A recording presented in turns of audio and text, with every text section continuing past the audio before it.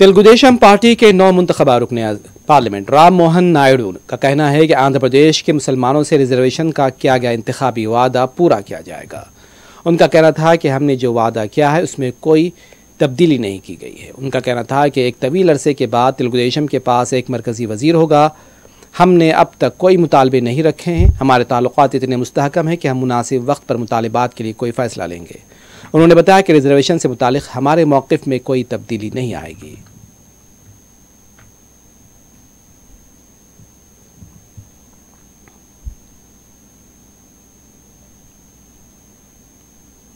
नहीं, वो सब अभी जाएंगे, अभी पीएमओ जाएंगे। क्या विजन क्या है खासतौर पर आंध्रा को डेवलप करना ही हमारा विजन रहा है। तेलुगुदेशम पार्टी से चुनकर आए तो आंध्र प्रदेश, तेलंगाना, तेलुगु लोग जहाँ पे भी हैं उनके भलाई के लिए काम करने का एक निर्णय हम ले चुके हैं। तो उसके हिसाब से हमें अच्छा मैंडेट भी मिला है। अभी जो चुनाव हुए तो एनडीए की जीत आंध्रा में हुई है और देश में भी हुई है। तो केंद्र नरेंद्र मोदी के सहायता से आंध्रा को आगे बढ़ाना चाहते हैं। आप लोगों की डिमांड भी है पोर्टफोलियो के लिए? अभी वैसे कोई डिमांड नहीं। हमारे रिलेशन इतना अच्छा मजबूत है अभी कि आपस में कोई प्रॉब्लम नहीं है, कोई टेंशन नहीं है।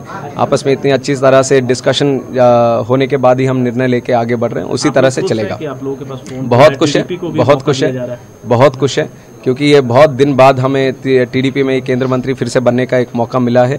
और उसके आगे केंद्र जिस तरह से सपोर्ट करना चाहती है आंध्र प्रदेश को, उसमें भी बिना कोई रुकावट के साथ पूरी तरह से उनका मदद हमें मिल रहा है। तो बहुत खुश है। चंद्रबाबू का बड़ा रोल है इसमें?